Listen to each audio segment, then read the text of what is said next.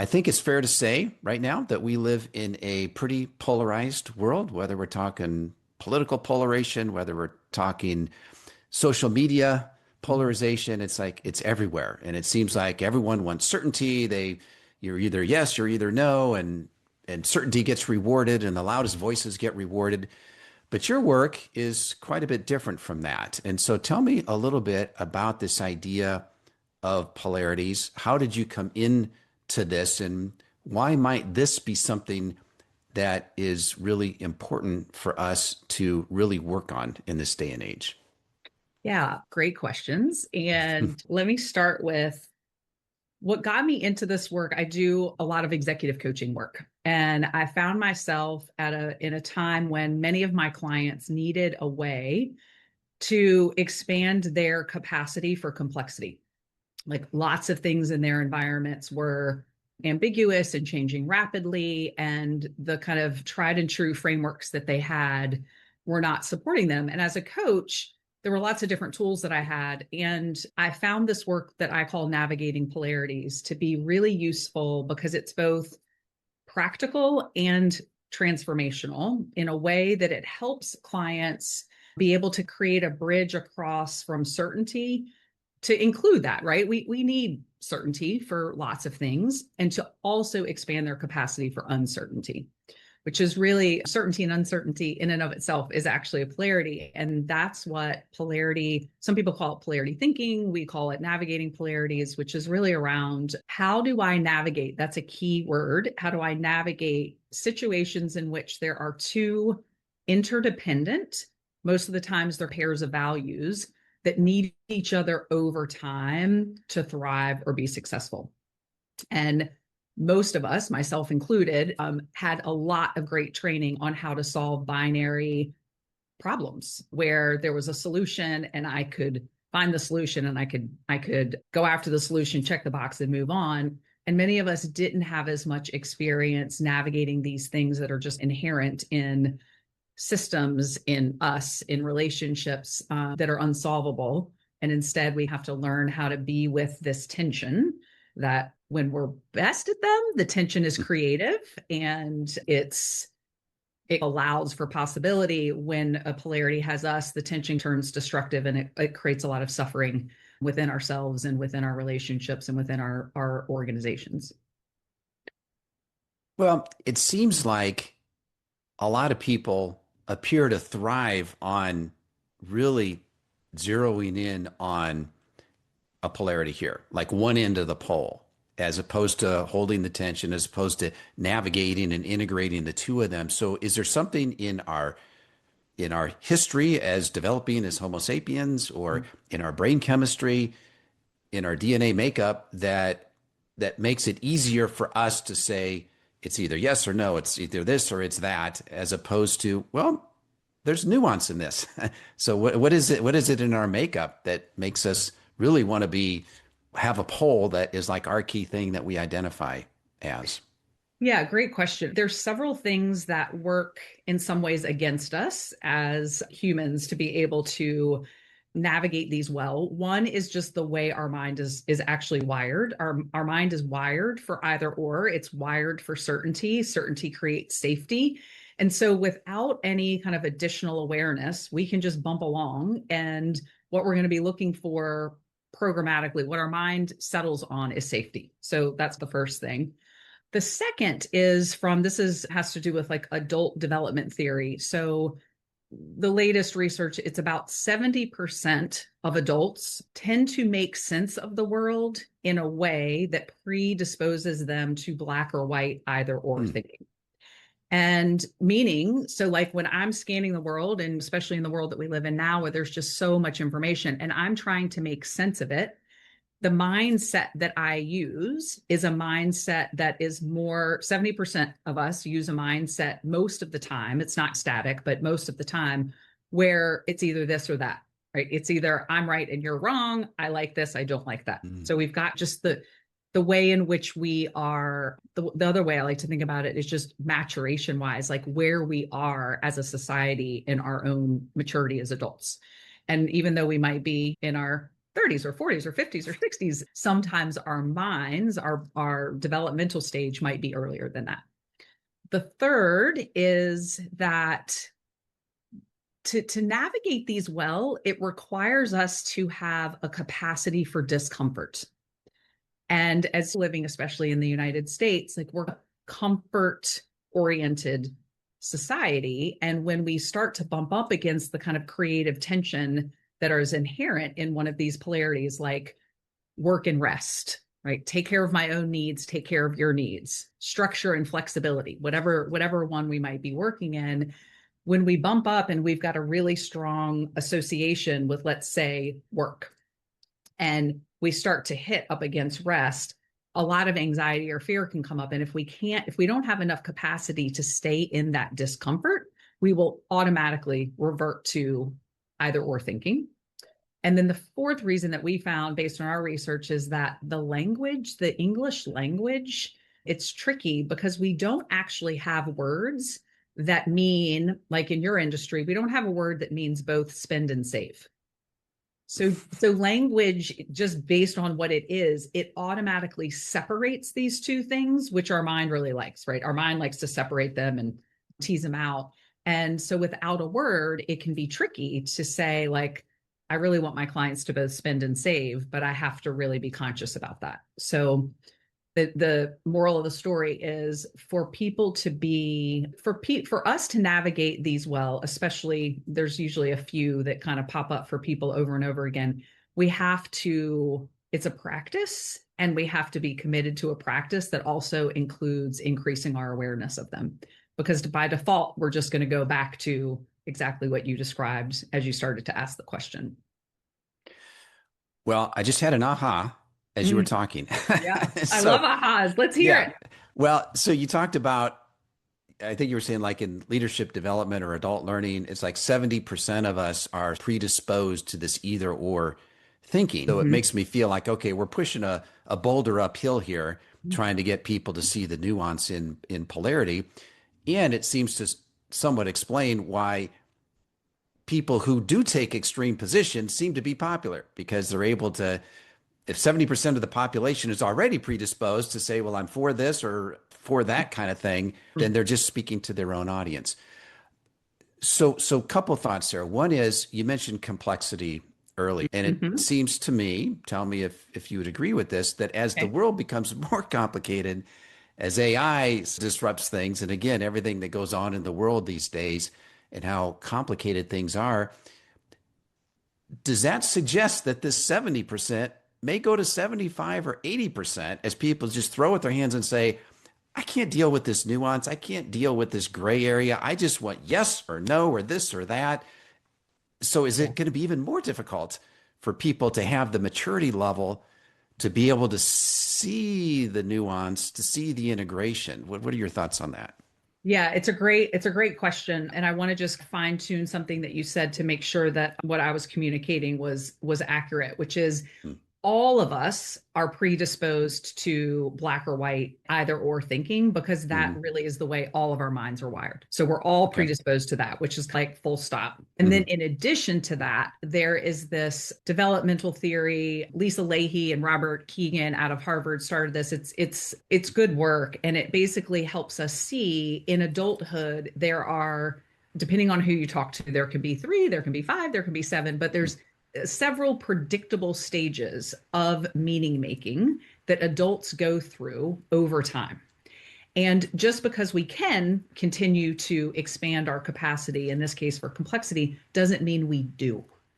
And so 70% of the latest research, about 70% of the adult population makes sense of the world using this kind of more black and white, black or white, either or mindset, if you will. So I just wanted to clarify that. And I will say, I know in my own life, as things continue to get more unsettled, as the things that I've relied on for, in some cases, for a lifetime are shifting and changing, it's easy for me to collapse complexity into certainty because uncertainty feels so emotionally unsafe.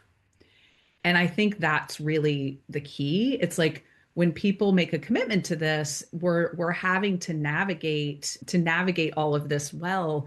It requires an increase in our emotional capacity, or like what Brene Brown would call vulnerability. And we oftentimes will confuse discomfort with a lack of safety. And so I think it depends. I think it depends on what people are willing to sign up for and what they're willing to do. So I'm in that question with you. I don't know. It could very easily push people into, I'm just going to hunker down. I need clarity. I need it to be this or that. It can also push people into recognizing the frameworks that I've always used to make sense of the world are now too confining, and I need to expand that. It oftentimes happens, like it happened during COVID, as an example. During COVID, the polarity of structure and flexibility became so, like, organizations could not ignore it anymore, and so they had to really look at that. Or sometimes when people go through a big life change, if there's a sickness that happens in the family, or there's a death that happens, or a marital status change, or they have a child, it's like, oh my gosh, the way I used to navigate life once worked, and then all of a sudden this thing happened. And so I'm guessing AI will be an example of one of those collective experiences that we're all navigating individually, and we're also all navigating collectively.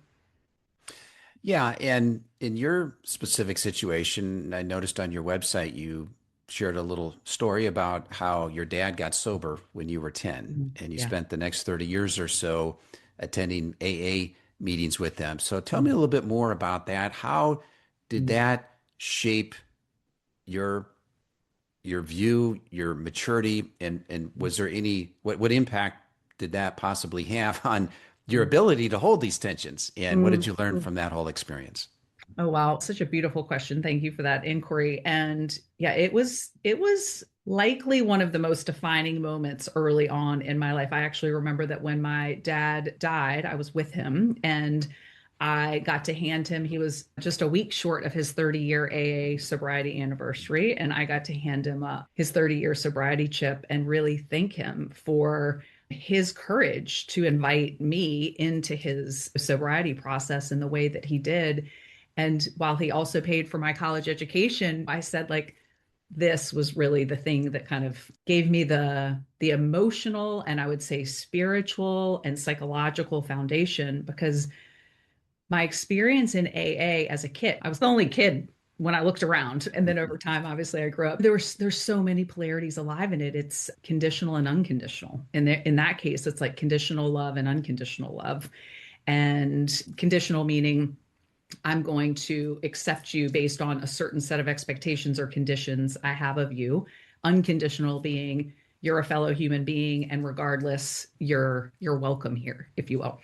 The polarity of like individual and collective, or independent and belonging, there was such a sense of community. And what they did so well was helped me see how, regardless of what mistakes you made, you're welcome back and you can begin again and again and again. So there was this like certainty, uncertainty, because we didn't know. Like I didn't, I hoped my dad was one of the lucky ones that kind of got sober and stays sober, but that's usually not the case. It's usually there's some sobriety, and then there's somebody drinks or takes a substance, whatever they were working with, and then they start again. And so there was this, I don't know, just this fabric that was woven and displayed to me early on. Those are a couple of polarities that were in there. I've never really thought about that question. It's a really powerful question. So thank you. And as you well know, this concept of polarities has been around for thousands of years. And so in the AA organization, do you know, was it like a conscious thing that they thought about some of the different polarities that you just Mhm. described that were embedded into the AA, let's call it a process, if that's the way to describe it? Yeah. Was it a conscious thing, or was it's just how it developed? And now after the fact, you're looking back on it with your current knowledge of polarities, like, wow, that's exactly what part of that program was. Yeah, the truth is I don't know. The narrative I make up about the question that you just asked me is that it was the founder of AA was likely at a level of his own maturity that he could hold those tensions creatively and allow that to be part of the design. My hunch is it wasn't like a conscious thing, like uh, Mm, part of the gift and the curse of loving this framework and of being both a teacher of and student of this framework for so long. I can really look at anything and identify the polarities that are at play. So what I just shared with you was my reflection on that experience and which ones that just popped to mind immediately that were present in my experience. I'd be curious if now I haven't been my dad died about 15 years ago, so I haven't been back in a while, but I'd be curious now if maybe there is some intentionality knowing that these things are, to your point, it's like they just are. We didn't make them up. They've been mhm, part of the fabric of society from the beginning. What is new and was newer from an organizational standpoint in like the early 90s is a way to make sense of them.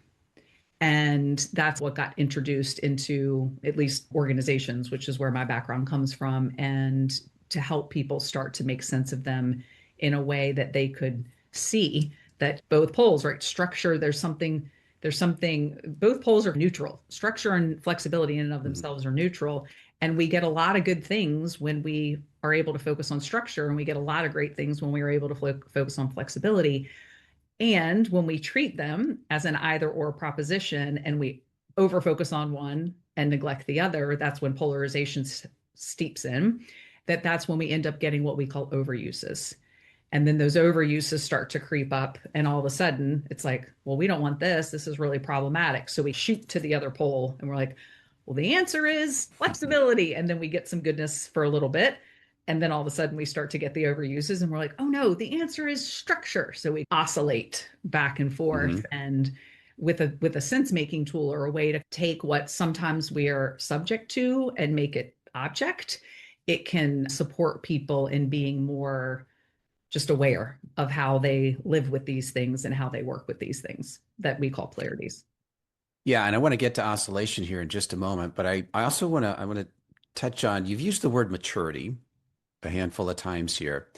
And I'm always interested in how people mature in the sense of in this idea of polarities. You talk about the 70% number that we talked about earlier. It's like for some of those people who were sort of enmeshed in this either or thinking, for them to move more to the idea of nuance and being able to hold the tension among polarities and see the nuance in those things, have a higher level of maturity, a higher level of being, however we want to phrase that, is there usually some kind of trigger that happens that gets them to want to be receptive to seeing something in a different way? Is it like a life transition you mentioned earlier? Can people intellectually think themselves into, oh, I've analyzed this and this is like a really good idea. It makes sense to me. So I'm just going to be this kind of person. So how do Yeah. people step into this way of thinking? Yeah. So I have a couple different thoughts. And if I don't touch on all the questions you had, just pull me back in. I'm a terrible interviewer if I ask multiple Yeah, you're questions great. at You're great. once. You're great. And I'm excited. I'm with you, Steve. Um, so the first thing that is really important that I don't know that I highlighted, and I want to make sure that we are, is that either or thinking, let's just call that either or thinking, is is as important to both and thinking. And so we need both, right? If I think about your industry again, like I need to decide, am I going to invest either in this equity? Am I going to invest in this stock? Am I going to invest in this gold, whatever it is, right? And that's a set of either or decisions that we need to be able to make, and we need to be able to make them well, right? If I'm going in to get operated on, I want the surgeon to know like when to cut, like there's either or decisions, and we need Mhm. that mindset. In addition to either or, we also need to be able to have a both and mindset. So that in and of itself is a polarity, like either or, both and with a big fat and in the middle. And a lot of times, what can happen is as people start to explore this notion of both and, we can demonize either or and make that wrong. And it's not wrong. Right now, I would say we are experiencing the overuse of either or, and a lot of negative consequences, a lot of suffering happens when we can only wrap our minds around either or and not also expand into both and. And so for me, when I think about maturity, I think about it's less about like leveling up, it's more about expansion. So it's like, oh, can I actually hold a mindset of both either or and both and be able to work with what each of them bring, right? One brings certainty because I can make the decision and move on. The other brings uncertainty. And then to me, the question is like, how do I show up in the midst of uncertainty? And how do I show up in the midst of if both uncertainty is present and I have a really strong inclination for, let's say, structure? Because most of the time these polls are actually like values. And so a lot of times what will occur is almost like a value fear relationship starts to pop up. And so if I really, really, really, really, really value structure, and I don't even know how much I value structure, let's just say I'm blind to that. And then you come in the room, Steve, and you really, really, really love flexibility. That's the setup for, oh my gosh, I don't know what to do with this. So I'm gonna treat this thing that's actually one of these both ands like an either or, and I'm gonna pound my hand on the table for more structure. And as I do that, if you really, really like flexibility, you're gonna start advocating for flexibility. And then that sends us this way instead of this way. And so I always think an oftentimes, not always, when uncertainty gets evoked in us when we haven't built our capacity for that, a lot of times we get scared, and the protective mechanism that comes forward is judgment. And really, the antidote to that is curiosity. And so instead of being curious, to be like, Steve, can you tell me more about this flexibility thing and how you see that playing out in this project? I go into judgment and I make you wrong so that I can be right and I can solidify my identity the way I want people to see me, which is like the structure person. And so part of it is like, can we remember? To me, it's a remembering. Curiosity is something we all have. It just might be layered over with a bunch of stuff. So can we like remember our curiosity in those moments that allows us to lean in and towards rather than away and out with a lot of fear and judgment? It seems like certainty gets rewarded. I think we touched on that just a little bit earlier. Yeah. And you've talked about identity a little bit. So talk to me a little bit more about how identity is wrapped up in polarities, in that I identify myself, Steve, let's say, as the flexible person, as you were just describing, and maybe you're the structure person. So how do I get over that identity, let's say, so that I can see the nuance, so I can see the interdependence, so that I can see the overuse of my desire for flexibility actually turns into a liability at some point. So tell me a little bit about how identity is wrapped up in the polarity idea, and what can we do to not get so wrapped up in that. Yeah. So one of the things we have to be able to do, like we can't change what we can't see. And so the first thing we need to be able to do is be able to see the dynamic between, like in this case, structure and flexibility. And then we need to see our relationship to the dynamic. And so if we use structure and flexibility as an example, it might be, let's say that I've recently gotten a 360. And in my 360, it's like, oh my gosh, Kelly's making fast decisions. There's a lot of clarity. She's able to help people organize around the work and get things done. And then the constructive feedback might be like, Kelly's sometimes rigid in her thinking. Sometimes Kelly's not willing to consider other options. And so right there, we've got a little bit of like the benefits of structure and the overuses of structure when I would overuse structure and not rely at all on flexibility. So a lot of times, like in the role that I play as an executive coach, I'll come in and I see the 360 feedback, we work with it.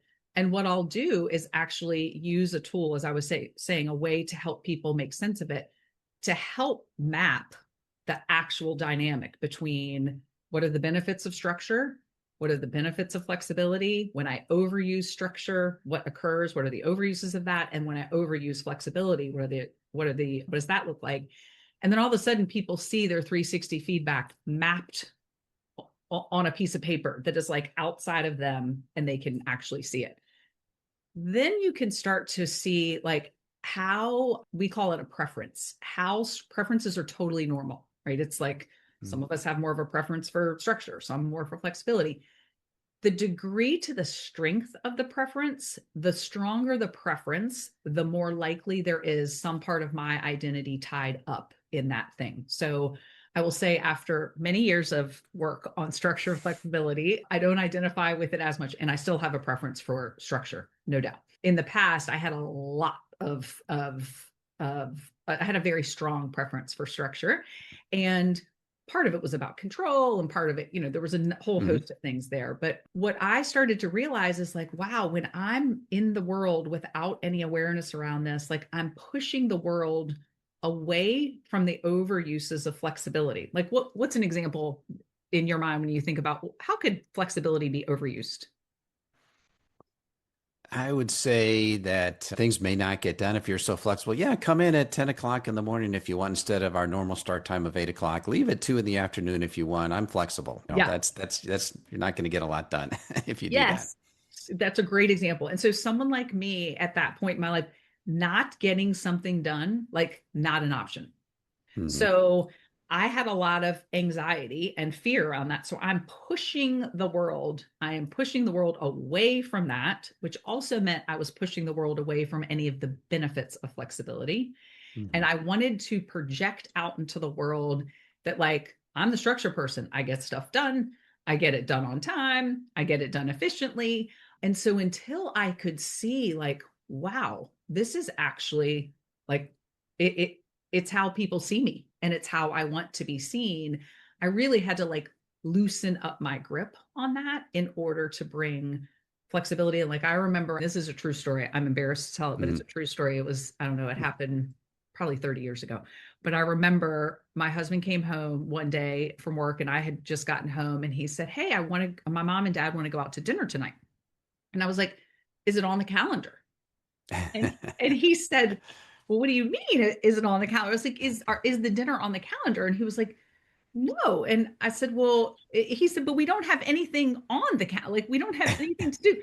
And for a moment, Steve, I was like, if it's not on the calendar, we're not going. It doesn't exist. It doesn't exist. Exactly. And so this, like, and it's funny because in relationships, we oftentimes attract the other pole to really help us learn how Mm. to bring that flexibility in. And my husband is much more of a flexible pole, and I'm much more of the structure pole. And over time, we've really taught each other. That's the beautiful thing. When you can see the person sitting across from you that might have a preference for the other pole as a mirror and as a teacher, we don't really always have to then rely on someone outside of ourselves or something outside of ourselves to bring the flexibility in. But that's how we expand. That's how we develop. That's how we grow. And it can be hard work because, one, it requires the vulnerability of like navigating that fear of, well, if I put some flexibility in here, like what happens if we don't get it done? That's a real thing. And so being able to be with that fear in a supportive way, and also recognize that my mind wants to think I have to trade off flexibility, or I have to trade off structure for flexibility. It's not, it's like, how can I bring both structure and flexibility into this project, right? Or into this relationship? Our mind really wants us to think it's either one or the other.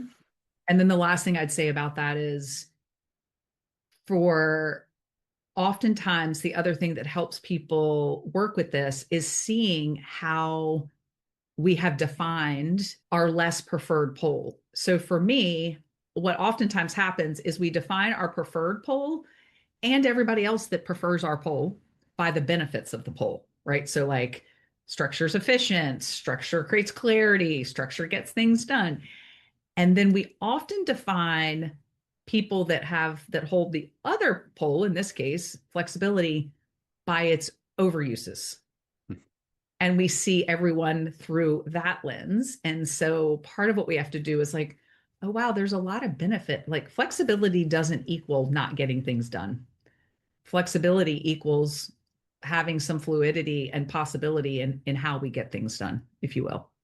So the best example of that, I think, is an important point. If we look at the polarity of work and rest, oftentimes, especially in a US culture, when I'll do like a mapping exercise with this, rest equals lazy. Lazy. Lazy is not it's an overuse of rest. But Hmm. because we have such an ethic in the United States of like work, work, work, work, work, we oftentimes will define the other pole by its overuse rather than what you just described, which was a benefit. Hmm. Yeah. Yeah. So this idea of polarities is you mentioned oscillation earlier. Yep. And so it is easy to like, oh, the example you gave, you're like, oh, sure, now I'm going to miss flexible and that sort of thing. And so we go back and forth. So that's not good. And it's also not, well, let's just meet in the middle. Let's have 50% of structure and 50% of flexibility and call it a day. So I Yep. know your work is not about that either. Yep. It's not like, oh, we'll take 65% of this and 35% of that. It's not that either. So how do we how do we meld these? How do we think about the interdependence? And I know in your work you've got a book that you published on this topic. You talk about this idea of the third way. So tell me a little bit about how we actually think of these things as interdependent as opposed to half of this and half of that. Yeah. Yeah. So I'd say a couple things. One is that the dynamic that you mentioned, which is the oscillation, one of my teachers in this work, Barry Johnson, he often will use an infinity loop to describe the natural, just energetic patterning of a polarity. And so recognizing that that just is, it's not good or bad. It's the way that it flows. You don't have to do anything. And over time, now the loops could look like this, right? Which you don't really want, but the natural kind of energetic system of a polarity goes like this because it's unsolvable, it's unbreakable. So if you do nothing, you always know it's going to come back around. So people are like, what if I miss it the first time? It's like, it's okay. Wait, because it's just going to come back around. I remember a good example of that when I worked in corporate America. The one of the polarities that oftentimes had us was centralized, decentralized. And we solved that thing like a problem every 3 years. Now it would probably be every 18 months, maybe 12 months, where we'd think the answer was centralized. We'd centralize all the operations, IT, HR, and then it would be great for until it wasn't. And then all of a sudden we'd decide we should go actually now decentralize. So that just happens when you're starting to see polarities for the first time and you're working with one that you might have been on this seesaw, like, oh, here we are again. There are a couple of different strategies that people can use, one of which is the third way. The third way is the most, it requires the most commitment, I would say. So let me Mhm. just start first with there's a Mhm. strategy called contingent strategy, which is basically like, think of it as like situational leadership. In this situation, I'm going to come in and I'm going to provide a great deal of confidence. And in this situation, I'm going to come in and I'm going to provide a great deal of humility. Right. In this situation, I'm going to come in and I'm going to be candid as like they need to really hear me. And in this situation, I'm going to come in and I'm going to be diplomatic. And so it's depending on what the situation calls for, I can access both poles, but I'm going to do it contingently. That Mhm. works great. And over time, it can oftentimes start to erode trust a bit because people don't know if they're going to get the candid Kelly or if they're going to get the diplomatic Kelly. Are they going to get the confident Kelly or are they going to get the humble Kelly? So short term, it works. Long term, not as much. There's also a strategy called the separation strategy, which is like back in the day, think about when we used to have like business casual on Fridays. It's like, I'm going to separate. There's formal and casual. Monday through Thursday, we're formal. Friday, we're casual. And so we separate them. We have access to both again, but we're going to use them separately. And then from a third way standpoint, that is really, it's really an integration. And so we often talk about it starts with our being. It starts with like the mindset that we approach something with. It starts with, can I let both of these two values rest in my heart? If I can't, I'm likely gonna shoot out and go to the place where that feels comfortable. And so as we start to just let them both have a space there, we can start to imagine like, what would my mindset be if I both could spend and save? Right? Like for me, the first thing that pops to mind when I think about that is like I'm a steward of money. If I can hold both of those, I'm a steward. I'm not a spender and I'm not a saver. Like to bring both together is I'm a steward of money. And in that, their spending and their savings that occur because it's just this, but it's a practice, and it requires like little by little. There's not a like magic button, if you will. A lot of times what we'll give people advice on is like make up new words, because oftentimes the words don't exist, back to the point that we made earlier.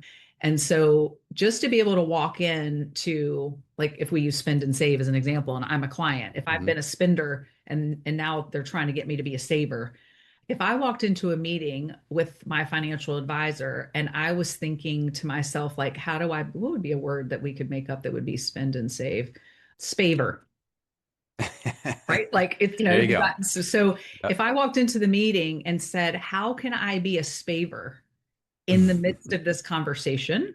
And then what might be available to me that I could do that would be different than if I walked in saying, well, really, I'm a spender, but Steve is trying to make me a saver. And then I get resentful because you're making me do something that I don't want to do. So it's a mindset, it's an orientation, and it's really like, what's the easiest way for me to have access to that new mindset? Sometimes it's make up a new word, sometimes it's a visual or a metaphor that just lets you consider before you head into the conversation, before you head into the room, how can I show up in a way that is inclusive of both and neglects neither? Yeah, and financial advisors come up against this all the time, the spend and save thing.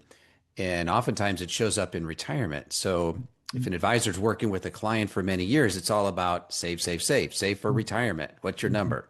Now, most people don't say, "Oh, your number's this, and now you can retire," kind of thing. But yeah, so it's like they're conditioned to, I need to save, and I have income coming in, and then when they retire, now it's like I spend, I got money going out. And so it has to be like a complete shift to some extent. And oftentimes, people who have spent their whole life with a saver mentality and Mhm. now they're in retirement and they have to spend, for a lot of people, that's a hard shift. And so advisors are doing a lot of talking about that these days.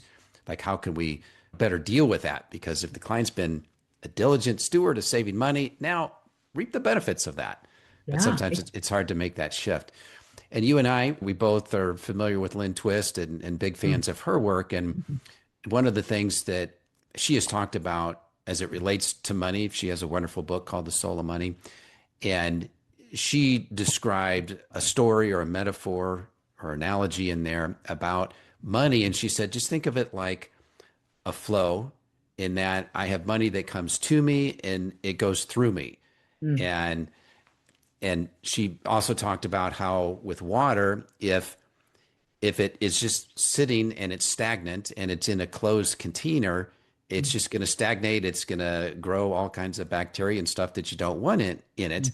Whereas if the water is flowing, if it's going over the rocks, it gets purified. And so just think of it as that flow idea. And as I read through her work years ago, I'm like, that makes a whole lot of sense to me. Yep. Yep. And I've been someone who has not always had a great relationship with money, in Mm. that I've been sort of the saver or the overuse of that tight, but very very different from that these days. I'm happy to say, but Mm. yeah. So and so as we try and help people see the nuance and the interdependence, so ideas like analogies, metaphors, stories, I think that that can all be helpful to help people think through this.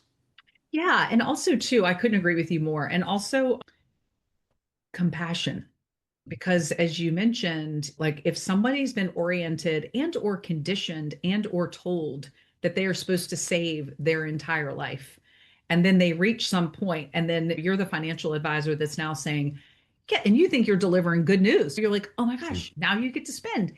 That can be really scary for people. And so recognizing that while everything up to that point was somewhat technical and also intellectual, there was an emotional undercurrent that was also present that might not reveal itself until now you're, in this case, you're telling them to shift from one pole to another, as opposed to being like, oh, I recognize that there's likely, if you've been a saver all your life, like safety and your risk tolerance is likely less, and safety is really important to you.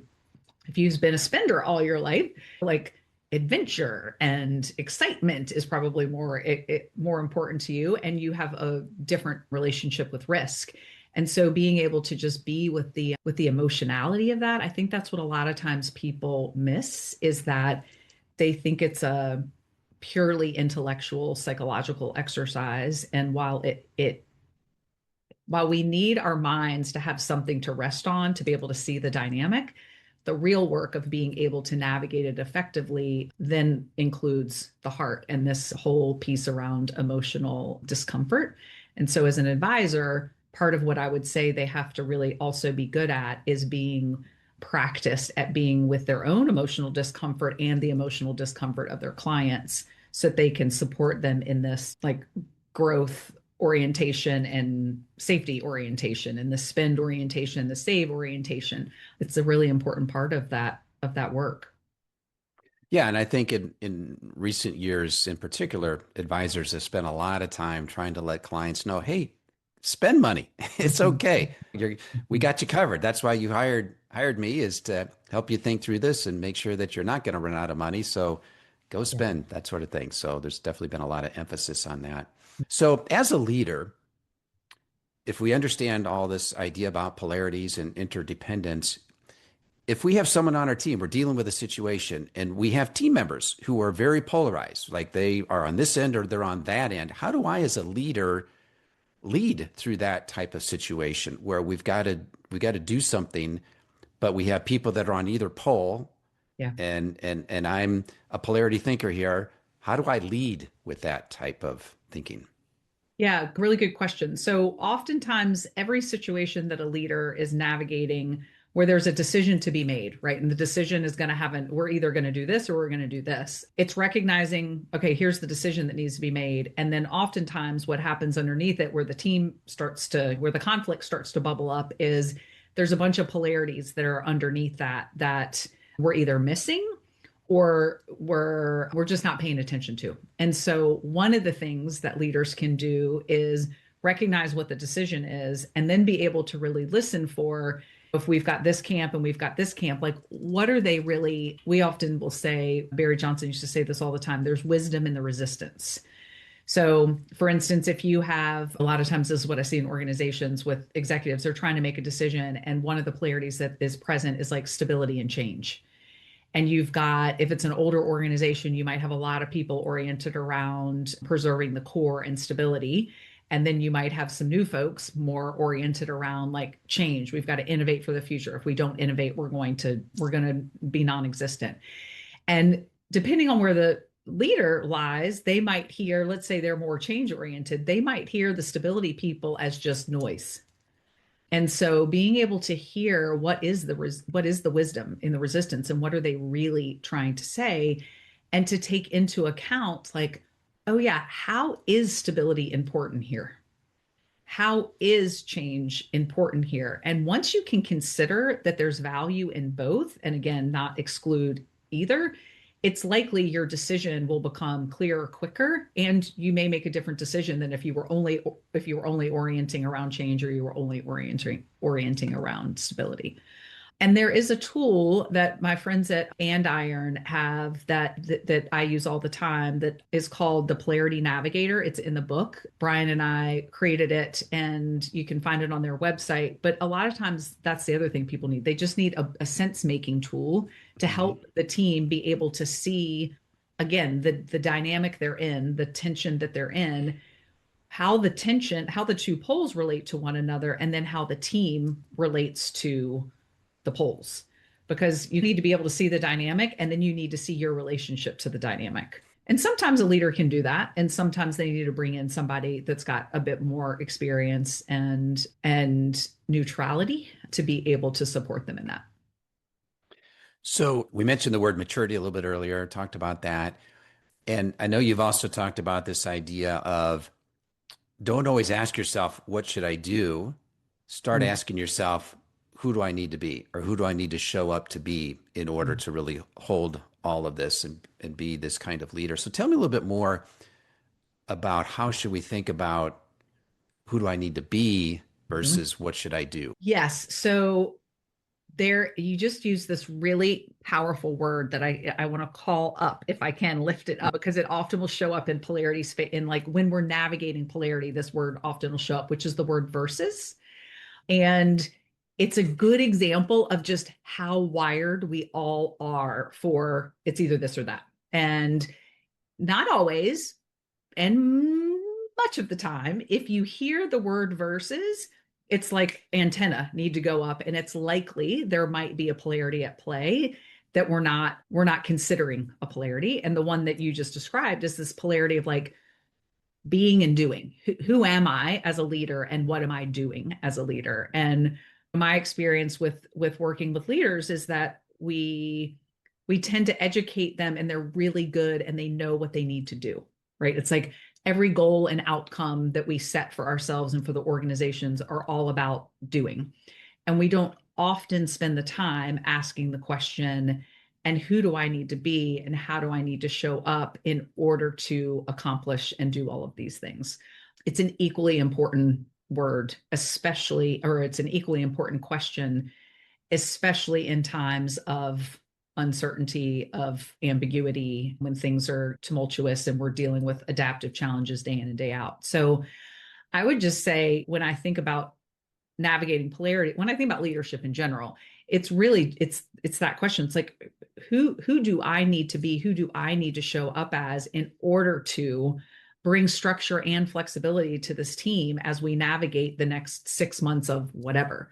So just the question alone can be one that, and usually when it's asked, people are like, first they usually know what they don't, who they don't need to be, right? Like, well, I don't need to be a jerk, or I don't need to be limited in my thinking. And it's like, yeah. And so walking through who or what they don't need to be, and then really spending some time in, and who do you need to be? Who does the team need you to be? Who do you need to be in integrity and be able to support the work ahead?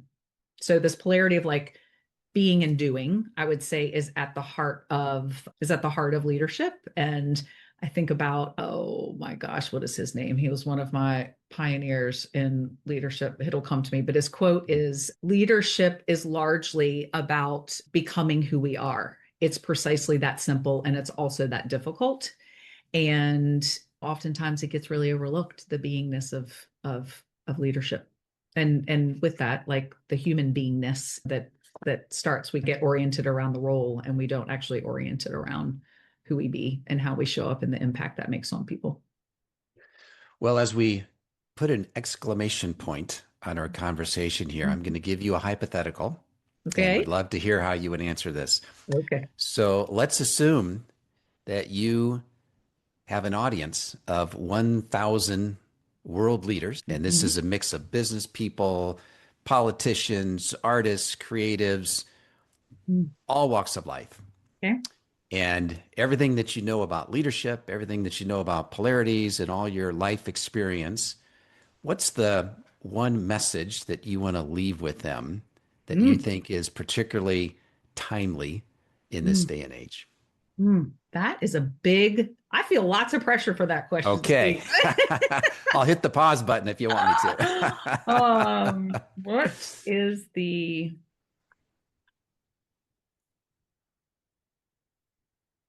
yeah, for me right now, the message is about, goes back to what I said earlier, like the compassion and curiosity and our common humanity are so essential right now. And those things often get, those qualities that are part of us, they're just oftentimes covered up. They're really important as we navigate some of the most uncharted territories, at least in my lifetime, that we've been through. And to me, to think that we're going to be able to navigate uncharted territory with a mindset of certainty is just really, it's really limiting, and it almost seems silly to think that. And so one of the questions I often ask myself, and I'll ask my leaders, is like, what percentage of your role do you think is not knowing?